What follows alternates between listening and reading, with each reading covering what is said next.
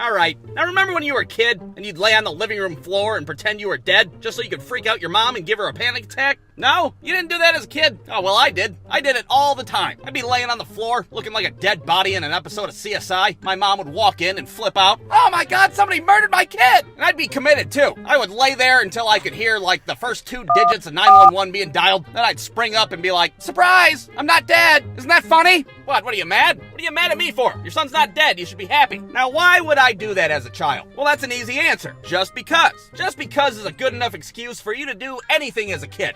Billy, can you tell me why you tried to flush a Teenage Mutant Ninja Turtle down the toilet?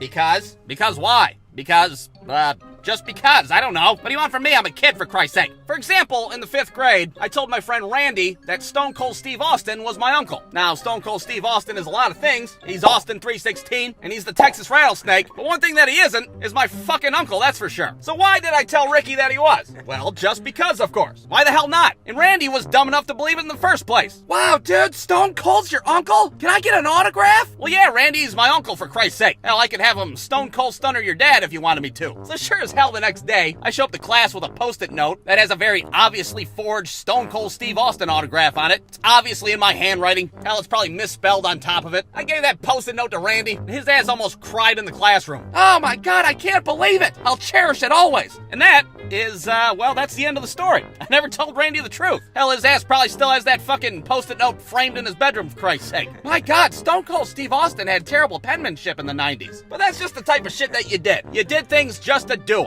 Like another example. One time I was standing outside my house on a summer day, just doing kid shit, and I see that my next door neighbor Michael left his bike outside. So what do I decide to do? Well, I take his bike and I dip his handlebars in a big pile of dog shit. Now, why would I do something like that? Well, just because, of course. That and because Michael got my Vortex football stuck in a tree the week prior. In my mind, his ass deserved it. So a few minutes later, Michael comes outside and gets on his bike. I'm sitting in my front yard waiting for him to put his hand in dog shit and cry like a little girl. But to my surprise, Michael was such a dirty little bastard, his ass didn't even notice. All day long, he's riding throughout the neighborhood, totally oblivious to the shit smattered on his handlebars and his hands. Hey, why's that dirty little kid riding a girl's bike with one training wheel? I don't know, but he smells like a fucking porta potty, I tell you what. Hell, I even seen his ass eat an ice cream sandwich later that day, and I almost threw up in my mouth.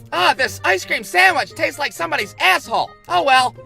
Now, you had to be careful with the just because excuse, because just because could get you in trouble. Like, for example, one time when I was a kid, I was swinging a wiffle ball bat inside the house like an asshole. Why was I doing that? Well, just because. Goddamn, how many times I gotta say it? So imagine my surprise when the wiffle ball bat flings out of my hand like a fucking boomerang, and it smashes into a 7th grade picture of my sister hanging on the wall. Well, now what am I gonna do? What am I just gonna walk up to my parents like, hey, I was swinging a wiffle ball bat in the house just because, and I broke a bunch of shit. No, I'm not gonna do that. I'm gonna do what any 8-year-old's gonna do. I'm gonna try to fix it myself. So I dump all the broken glass in the garbage can and just pray to God nobody's gonna notice a fucking picture frame with no glass in it. I put the wooden panels back together with masking tape and hang it back on the wall, but clearly that's not gonna cut it. It's not exactly inconspicuous, that's for sure. So I grab some crayons and I try to match the wood grain as best as possible. And I have to say I fucking Pablo Picasso'd that thing to perfection. Hell, I think it looked better than it did before I broke it. So I hang it back up on the wall, all confident in my handiwork, and I'll be damned, that picture frame went unnoticed for like 8 years. It wasn't until one day my mom was walking through like, hey, what the? Is that masking tape? Hey, there's not even glass in this picture frame. And my ass, who was practically a grown man at this point, was like, oh yeah, I broke that thing when I was like 8 years old, swinging a wiffle ball bat in the house.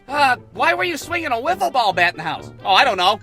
Just because, I guess. So I guess I owe my mom an apology for all the bullshit that I've done, and an apology to Randy for his fake-ass Stone Cold Steve Austin autograph, and hell, even an apology to Michael for, well, you know what? Fuck Michael. He lost my goddamn Vortex football in a tree. But anyways, the moral of the story is, the next time you're trying to figure out why your kid fucking dumped a bottle of nail polish in your driveway, or they duct taped a fucking G.I. Joe to your cat, just know they did it because, well, just because. The end.